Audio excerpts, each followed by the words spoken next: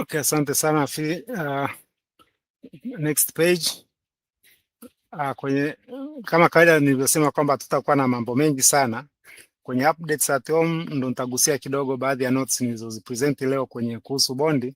Nafikiri kama unakumbuka Ezekiel, kuna mdau mmoja alitaka maelezo kuhusu bondi, nafikiri kwa session iliyopita, alafu na wiki hii mnada ulivyoenda na matokeo, kukaa na maswali mengi zaidi kama ni kitu gani kimetokea, ndo tukaona kumbe ni vizuri kuwa tunakumbushana. Kuna baadhi ya vitu ambavyo kwa kuwa sokoni muda mrefu unaweza ukaviona ni obvious, lakini kumbe bado vinahitaji kuwa tunavishare sana na watu na kufafanua baadhi ya vitu ambavyo viko kwenye hizi products.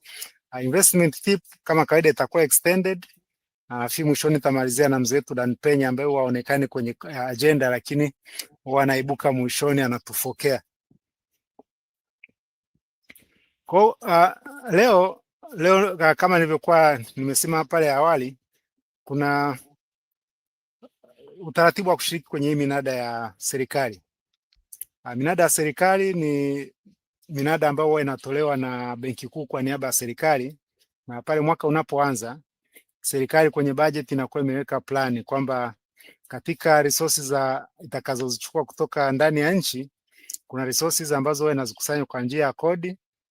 Kuna resources ambazo huwa inazikusanya kwa kuuza labda baadhi ya assets zake, lakini kuna jinsi ambavyo wana mobilize resources kwa ajili ya kupitia kwenye hizi hatifungani kuweza kumiti bajeti yao na labda kulipa bondi zinazomachua au bills za nyuma zinazomachua.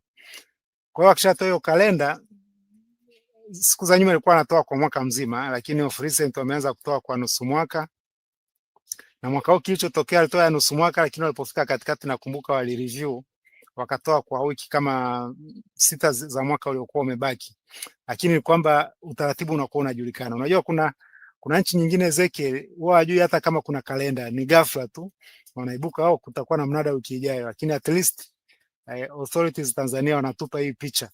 Kwa sababu kupewa hii ratiba ni kwamba ni nzuri na wewe kuplan kwamba kama nataka kununua bondi ya miaka 25 itakuwepo labda miezi miwili ijayo, unaweza ukaanza kudunduliza kukusanya pesa zako kwa ajili ya kuja kushiriki. Na mwaka huu kwa mara ya kwanza akaanza utaratibu wa kwamba hii coupon ambayo unaiona hapo imeandikwa 13%, wanasema inatakiwa kuwa market determined. Siku za nyuma kabla mwaka huu ilikuwa inajulikana kabisa, ukisema 20 year bond coupon zilikuwa za aina mbili, au ni 15.49 au ni 12.10. Ilikuwa ni fixed coupon zinajulikana, lakini kuanzia mwaka wao wamebadilisha. Ya miaka 20 sasa hivi ni 13%. Na mwaka bondi ya miaka 20 ya February kuponi yake ilikuwa 15%. Kwa siku ya Ijumaa, mara nyingi siku ya Ijumaa ndio wanatangaza mnada utakaofanyika Jumatano yake. Na ile tangazo ambao wanalitoa kwa Kiingereza kwenye magazeti ya Kiingereza pamoja na kwenye website ya Benki Kuu. Ndio nilikuwa nasema kwamba labda siku za mbele inabidi wawe wanaweka hata na ya Kiswahili, kwa sababu nafahamu sisi Waswahili ukishaona mambo ya Kiingereza unajua haya ya kuhusu ni watu wengine. Kumbe you are not taking advantage ya products kama hizi ambazo Wakenya wasitusikie watatucheka. Kumbe ndio mtu wa kawaida unaweza ukawa unawekeza kwenye masoko kama haya na unafaidi viwango vizuri vya riba vya namna hii. Kwa sababu milioni 1 au milioni 2, kwa sababu minimum ya kuwekeza hapa milioni 1. Utaiweka wapi uweze kupata 12%, 13%, 14%? Hakuna sehemu unaweza ukaiweka. Unless kama una biashara yako unajua jinsi ya kuizungusha wewe mwenyewe. Lakini kama ni akiba, ni sehemu ambazo unaweza ukaweka hata hiyo milioni yako. Kwa hiyo ni mnada ambao ulikuwa umetangazwa wiki iliyopita ambao umefanyika wiki hii. Kwenye hilo tangazo lazima wa specify issuer ni nani. Issuer kwa maana yake hapa ndo mkopaji ni nani. Mkopaji ni Jamhuri ya Muungano wa Tanzania, na kusudi la kukopa nini? Financing kwa maana ya kumit yale mahitaji ya kibajeti ya serikali. Sasa namba 3 wanakuwa na specify kwamba kuna windows mbili, sehemu moja ya ushindani na sehemu ambayo sio ya ushindani. Kwa hiyo wewe ni mwenyewe unachagua kwamba kwenye mnada unaokuja niingie kwa bei gani, kwa ushindani, kwa bei ya ushindani au kwa nani competitive bid. Ukiingia kwa ushindani, kama washindani ni wengi wakakuzidi nguvu, kuna uwezekano ukakosa kwenye huo mnada. Kwa wengi ambao wakiwa wanataka kupata, mara nyingi wanaenda kwenye upande wa non competitive, na non competitive ni kiasi chochote mpaka shilingi milioni 500. Nafikiri kabla ya Juni kiwango cha juu ilikuwa ni shilingi milioni 50, lakini wamekipandisha sasa hivi mpaka milioni 500. Unaweza ukaamua kubidi kwenye non competitive au competitive. Kwa hiyo procedure ni kwamba huwezi kuwekeza moja kwa moja kupitia kule benki kuu, ni lazima upitie kwa hawa watu wanaitwa Central Depository Participants ambao ni commercial banks pamoja na wakala wa soko la hisa kama Orbit Securities. Kwa kama kuna maombi, ili tangazo likishatoka, unakuja ofisini, tunapigiana hesabu, unaamua unaingia kwenye competitive au non competitive, tunakubaliana kila kitu. Hizo pesa inabidi uzihamishie kwenye akaunti ya Orbit Securities, na kama wewe ni mgeni kabisa, utakuwa na umeshajaza fomu ya kufungua akaunti kule benki kuu, ambako hiyo fomu mtajaza bank details zako, majina yako, TIN, na identity zako, identity number zako kama ni driving license au NIDA. Sijajua kama huko zero ni kwa NIDA peke yake au ni kitu ambacho itabidi nije ni confirm, lakini ndio hizo identification zinazohitajika pamoja na picha moja na akaunti yako ya benki, ambako utataka zile coupon au riba huo unatumiwa kwenye akaunti hii. Kwa sababu unaponunua hii bond ni kwamba unakuwa umeingia mkataba na serikali kwamba kila baada ya miezi 6 utakuwa unalipwa hilo gawio, unalipwa hiyo coupon. Kwa hiyo anakulipa wao moja kwa moja. Sisi tukishapeleka maombi ukashinda, tukakupa taarifa na statement yako, uhusiano wetu na wewe unakuwa umeisha na umeshatupa commission yetu 0.3%. Kilichobaki sasa ni benki kuu wenyewe watakuwa na kutumia wewe pesa moja kwa moja kwenye akaunti yako. Kwa kama unavyoona hapo, auction date siku ya mnada ilikuwa tarehe 17 juzi, ambako settlement yake ni kesho yake, na form of issuance ni book entry. Tofauti na zamani ambako form of issuance ya hizi treasury securities ilikuwa ni physical certificate kabisa. Kwa hiyo kwa ukishashinda hii bondi unapata certificate, na in fact ile historia ya coupon ilianzia hapo. Maana watu ambao ni waanzilishi wa hivi vitu ni sasa ni Waingereza ambao tumewaadapt hata huku kwetu. Kwa hiyo ilikuwa ofisi ya Malkia ambaye ndio alikuwa mkuu wa serikali ya Uingereza, walikuwa wanakupatia certificate imeandikwa labda 100 kwamba ndio face value ya hiyo bondi yako, alafu wanakuwa wana attach vikaratasi vyenye tarehe kwamba kile kifika tarehe hii unakichana, unaenda benki, sio benki gani huko, unakikesha, wanakupa ile coupon. Kwa hiyo ndo kale karatasi tukazoea kuita coupon mpaka leo. Zile interest rate kwenye bond tunaziita coupon. Nzizo wakati unatoa physical certificate. Lakini sasa tumeendelea ni book entry, wewe unachohitaji kuwa nacho ni statement. Statement ya account yako ndo evidence ya kuwa unamiliki hiyo bond. Kwenye tangazo next page linaelezea kwamba matokeo utayajuaje au utayaona wapi, ambako njia ambayo ni rahisi na imekuwa ikitumika vizuri sana ni kwamba wanakuwa na yaposti kwenye website yao benki kuu siku hiyo ya mnada. Baada ya matokeo ndio sasa inakuja mambo ya kulipa hiyo nani, sisi wenyewe kupeleka pesa kule benki kuu baada ya ushindi. Lakini kwenye namba 9 anajaribu kutoa uelekeo wa bei kwamba price inakuwa as per 100, yani kama kama percent. Kwa hiyo unapobidi ile bei inawezekana iko at a premium, iko at par au iko at a discount, na unaikoti to 4 decimal places. Maana yake ikiwa at premium, maana yake nini? Kwamba wewe umetaka kununua kwa bei ambayo ni zaidi ya shilingi 100. Kwa kile kitu umekinunua at premium, na ukikinunua at premium maana yake ni kwamba kuna extra cost ya wewe kukinunua at premium, kwa sababu serikali, kwa mfano kwenye mnada uliopita kama mtakavyoona matokeo, mtu anasema serikali leo naipa shilingi 107, lakini on maturity inanurudishia shilingi 100. Kwa ile shilingi 7 ndio inakuwa premium au gharama ya wewe kutaka kuipata hiyo coupon. Au wakati mwingine kama miaka 2-3 iliyopita huko nyuma, watu walikuwa wanazinunua at discount, kwamba pengine maombi yakuwa mengi au serikali ndio ilikuwa inataka bondi nyingi sana, kwa hata waombaji wanaweka bei za chini zaidi ikashuka mpaka chini ya shilingi 100. Kwa unakuwa umenunua labda kwa shilingi 95, lakini on maturity wewe utapewa shilingi 100. Kwa hiyo umenunua at discount. Na kama umenunua at shilingi 100 ukarudishiwa shilingi 100, wewe ni kwamba umenunua at par. Minimum bid size, kiwango cha chini cha kuanzia ni milioni 1 na inaanza kuongezeka kwa mafungu ya 100,000. Kwamba uweze kununua milioni 1 na 50,000. Kama unataka kuongezea lazima iwe milioni 1 na 100,000, milioni 1 na 200,000, inakuwa inaongezeka kwa njia hiyo hiyo. Alafu hapo wanakuonyesha coupon payment date. Sasa hizi tarehe ni muhimu sana kwa watu ambao wanataka kuwekeza kwenye bondi, alafu kupanga zile coupons kwa tarehe tofauti tofauti, ili akishanunua tu zenyewe coupons zile zinaingia kwenye akaunti moja kwa moja.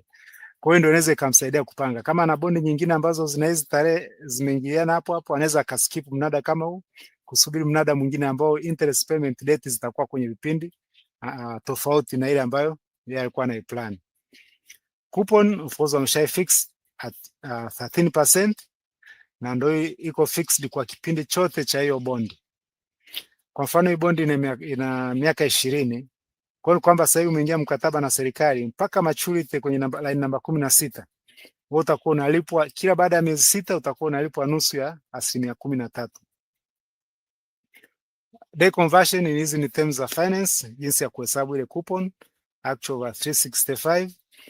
Hii bondi haina kodi. Kuponi zake na capital gain zote hazina kodi. Hiki ni kitu ambacho kwa Tanzania hatujaki appreciate sana kuweza kuzigombania, kwa sababu ni biashara chache sana duniani ambazo unafanya au unawekeza unapata faida afu TRA wala kusumbui. Currency of course ni TZS local currency bond, na hapo namba 16 inaonyesha kwamba ina wiva lini 2045 December. Namba 17 inaonyesha sasa liquidity kwamba hii bond itakuwa listed kwenye Dar es Salaam Stock Exchange. Kwa hiyo huna haja ya kuogopa namba 16 hiyo.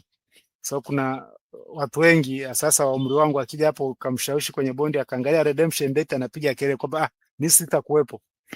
Lakini anasahau kwamba hii 2045 unajua ni kesho kutwa.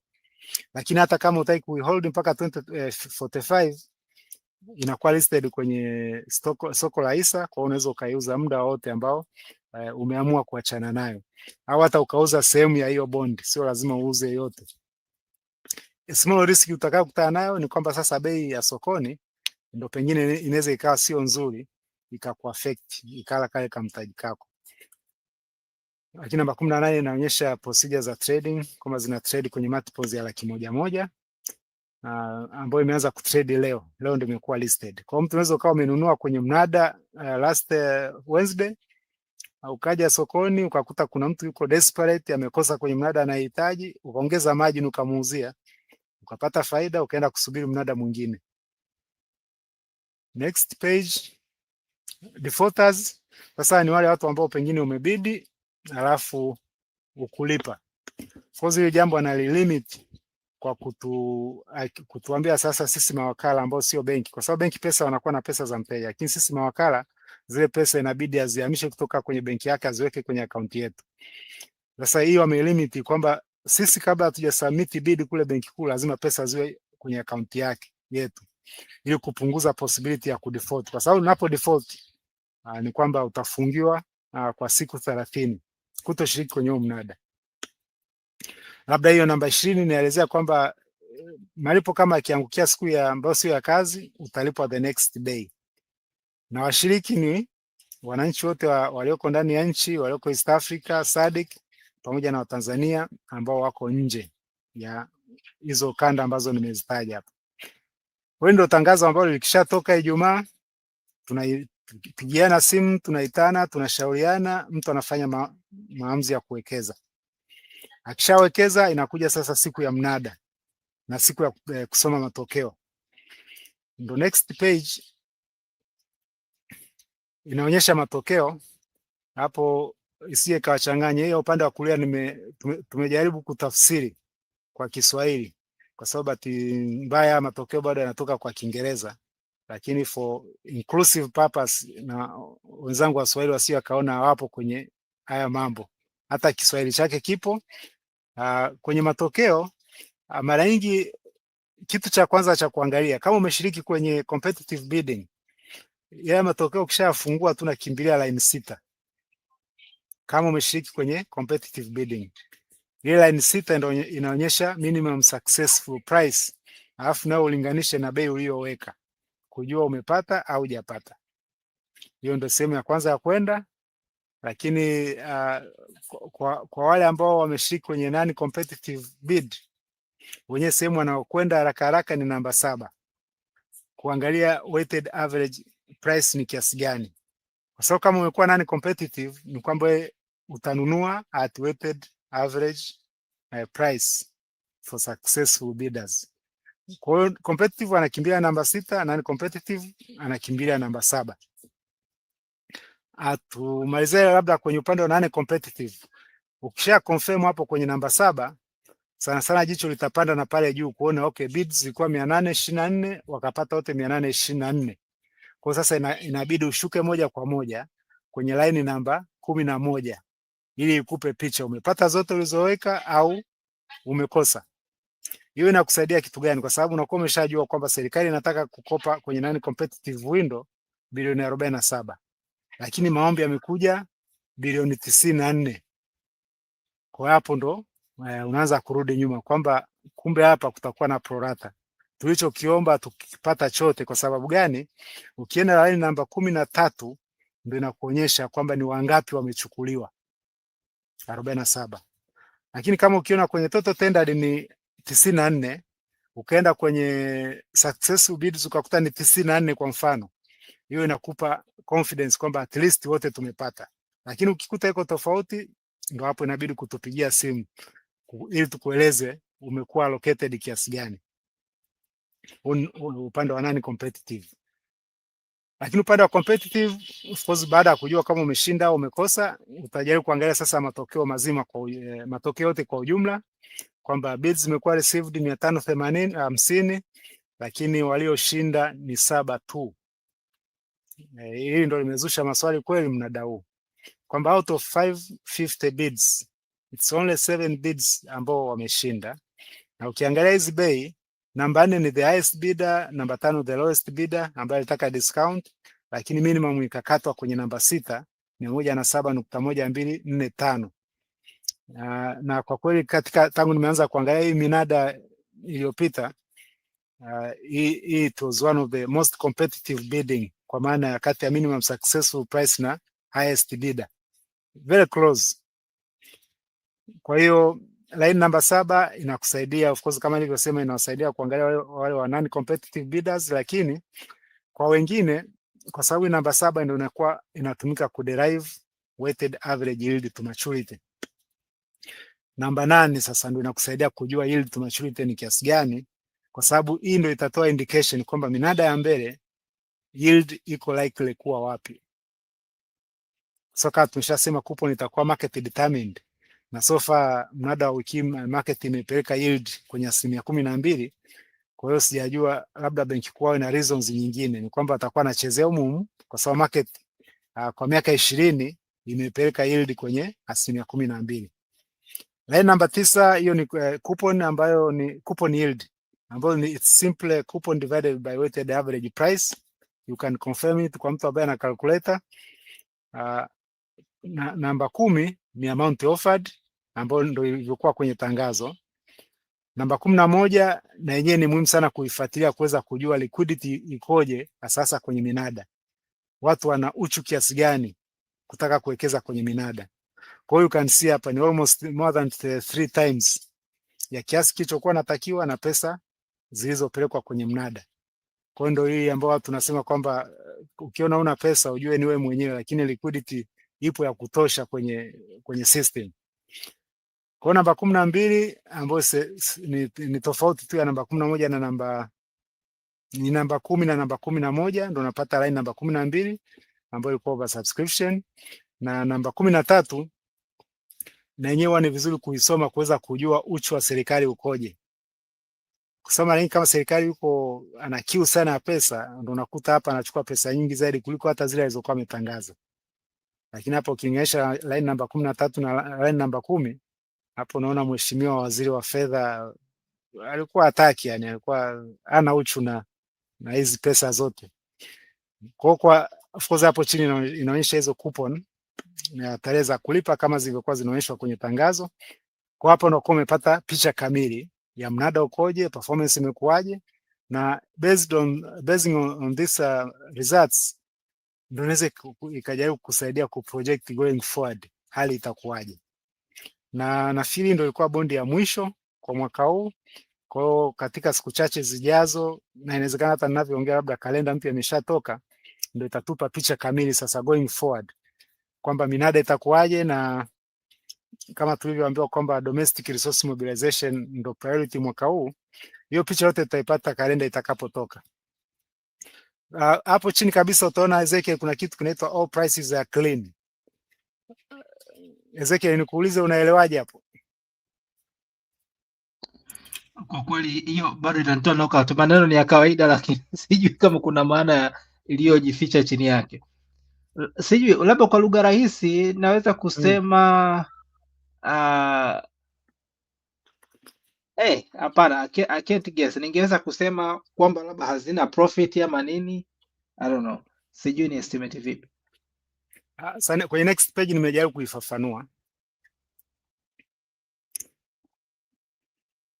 Kama nilivyosema, bondi zinakuwa na zile coupon payment dates. Sawa? Kwa hiyo kuna, na kama nilivyosema kwamba inakuwa listed kwenye stock exchange, au hata bondi hiyo inaweza ikawa reissued na serikali. Ishakuwa issued siku za nyuma, lakini ikawa reissued. Sasa kama imekuwa reissued au imetrade kwenye stock exchange katikati ya hizi payment coupon payment dates, maana yake tarehe 18 June kwa mtu ambaye amenunua labda tarehe 18 Septemba, yule aliyemuuzia alishakaa nayo miezi mitatu. Kwa kuna interest imeaccrue kwake huyu anayeuza. Wakati huyu anainunua leo, the next payment date ya coupon ambayo tarehe 18 Disemba, yeye ndo anapewa full coupon as if amekaa nayo miezi sita.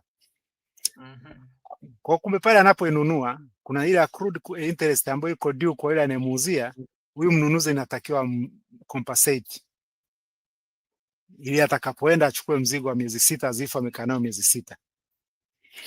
Kwa sasa ukichukua clean price ambao haina accrued interest, uka add yako ka compensation ka accrued interest, na unapata debt price.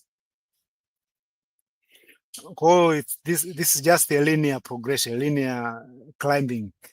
As siku zinavyopita coupon kana accrue, itakapolipwa inarudi chini, uanze upya.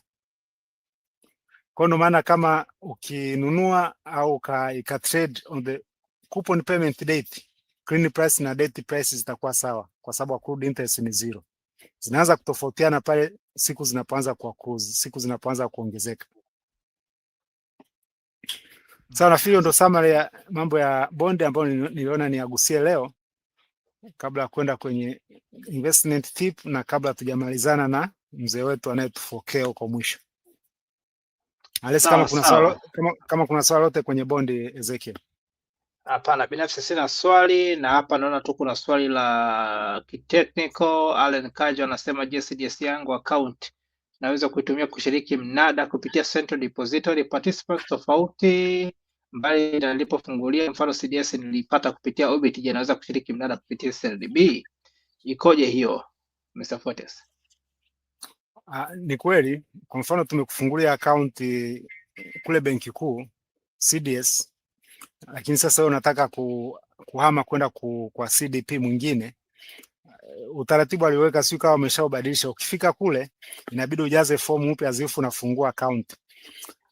Ila atakachofanya kule ni kwamba atakuallocate namba hiyo hiyo ambayo umeifungulia kwetu, kwa sababu ultimately zile bond zote whether umezinunulia Orbit au kampuni nyingine zote zinaingia kwenye account hiyo hiyo. Atakachobadilisha tu pale kuna namba mbili, kuna namba moja ndo kidogo inabadilika kumidentify CDP ni nani. Okay. Basi shukrani sana. Andrew, any comment kwenye hii kitu, any additional insight? Hapana. Kuna any additional insight? Sawa sawa.